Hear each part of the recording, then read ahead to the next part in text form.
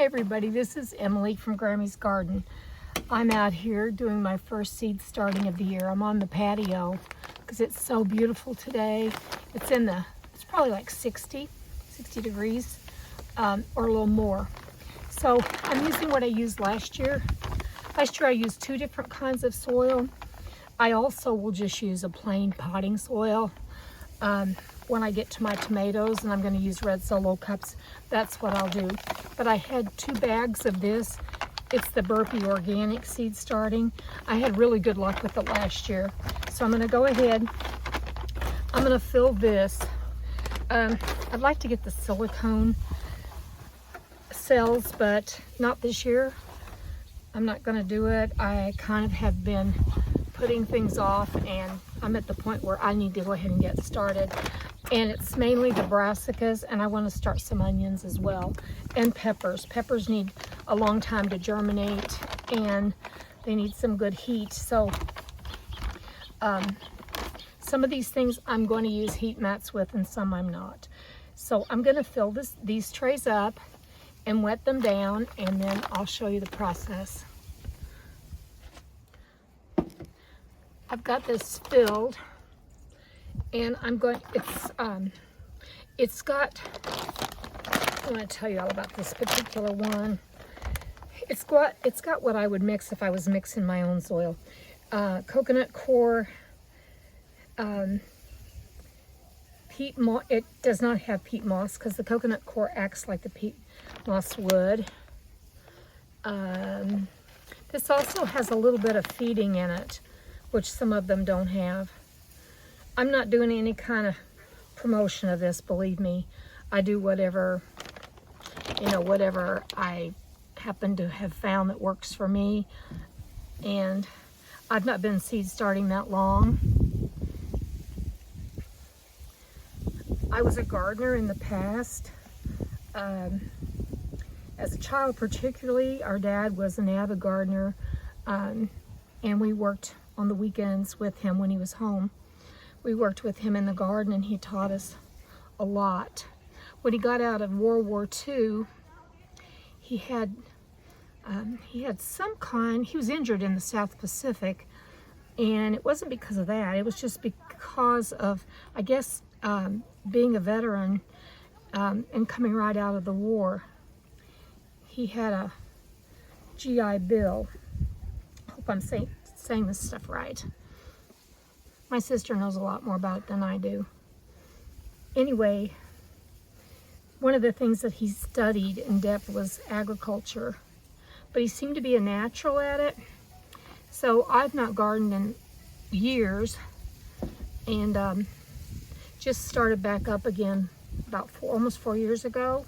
But I've always tried to do a plant here and there around my house, like a tomato plant outside, that kind of thing, because I just missed, I loved it.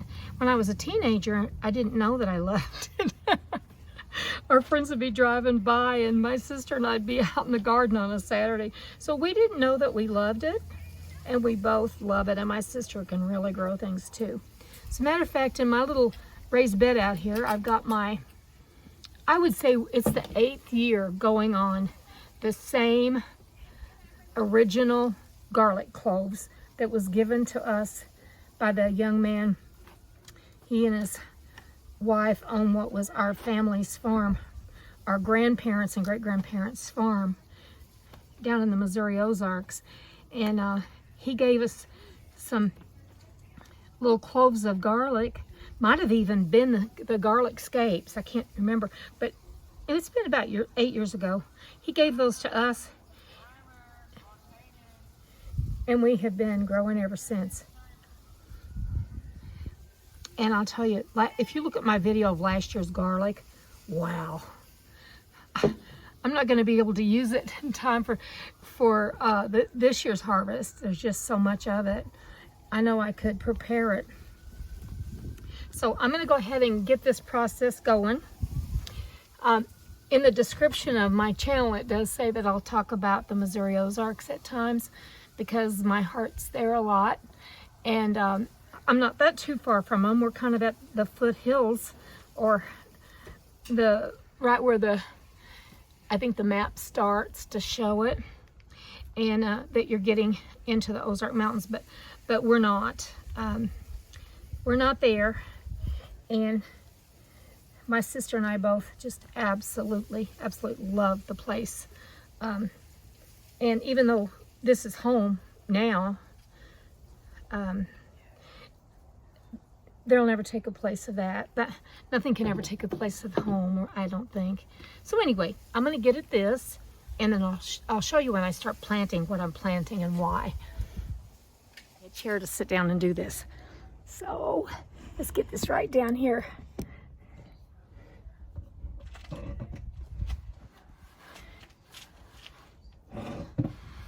Might as well be comfortable, right? Turn this table because it's wanting to drip off the end.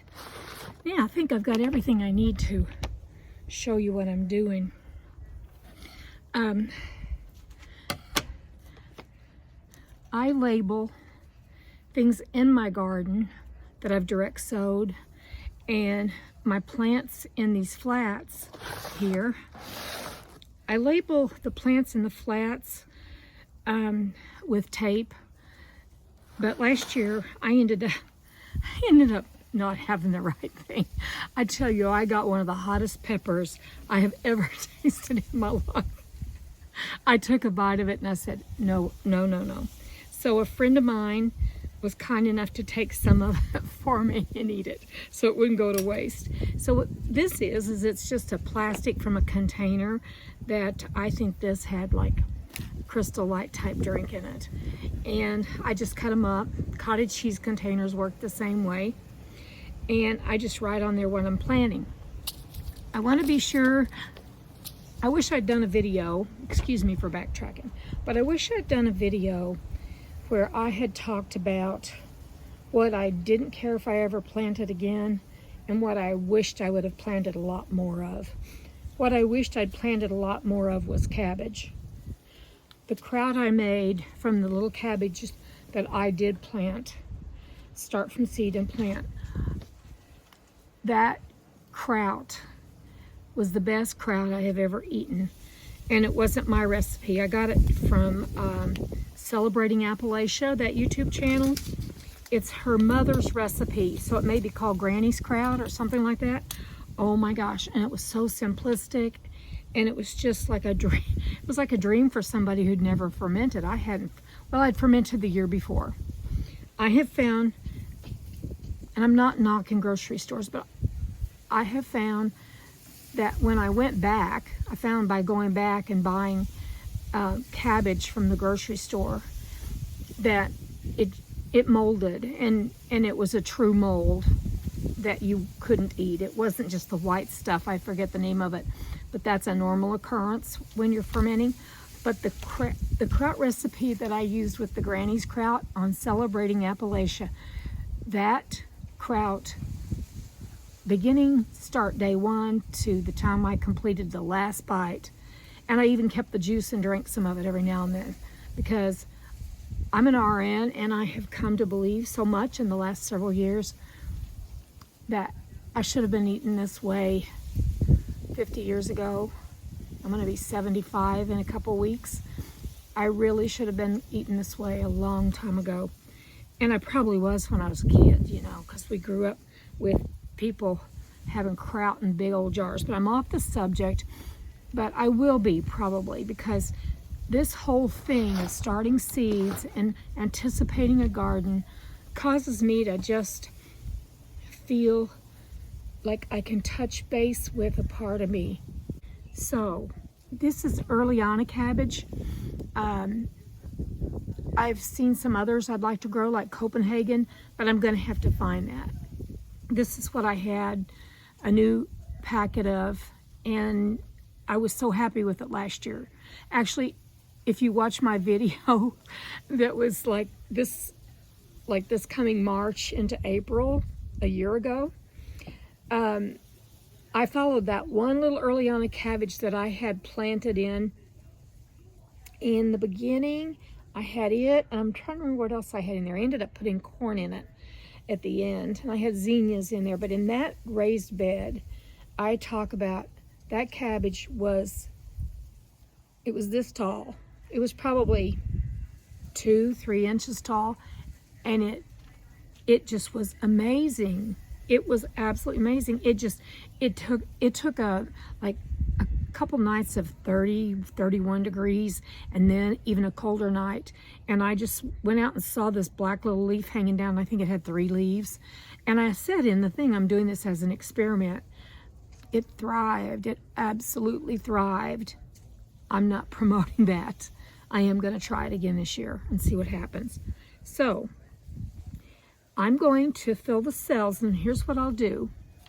I will take the end of my Sharpie, or I could take it, you could take a pencil, you could take your little finger, and I might do my little finger.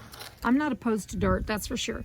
Make a little divot for this particular vegetable, the Earliana. I've got my broccoli out here too. So with this, I'm going to show you, these seeds are so small. I just can't wait for this process to be started.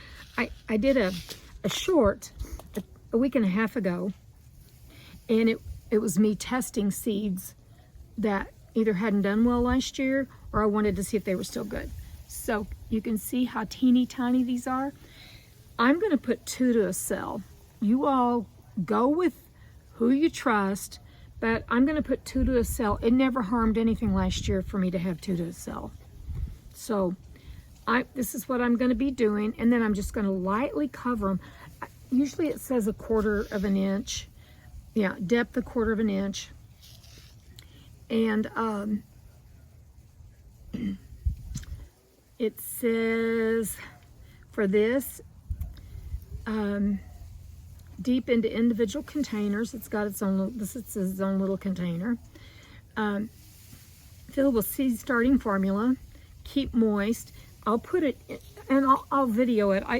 I've got a little grow station that was given to me last year, and it's through my youngest son. Somebody gave it to him, and he gave it to me, and it worked really well. And I had another setup with LED lights and all that, and I couldn't tell much difference. That's my opinion, or that was my experience, I should say. I don't know that I have an opinion about it at all. So I'm going to get to planting, and then I'll show you where I have it set up in my house. Hi, you all. A couple hours have passed. I came in and had a piece of chocolate cake and a cup of coffee. So here we've got the seed station started. As you see down below there, that's waiting for what's coming up, which is going to be peppers and tomatoes and eggplant. And I got to get some Brussels sprout. My daughter's got some seed, and I've got to get that too, get that started. So here on the left is this tray is the Earliana cabbage. Earliana cabbage, and I stuck that right there because the whole tray is that. And this is Sun King broccoli here. Now, I didn't fill the whole thing.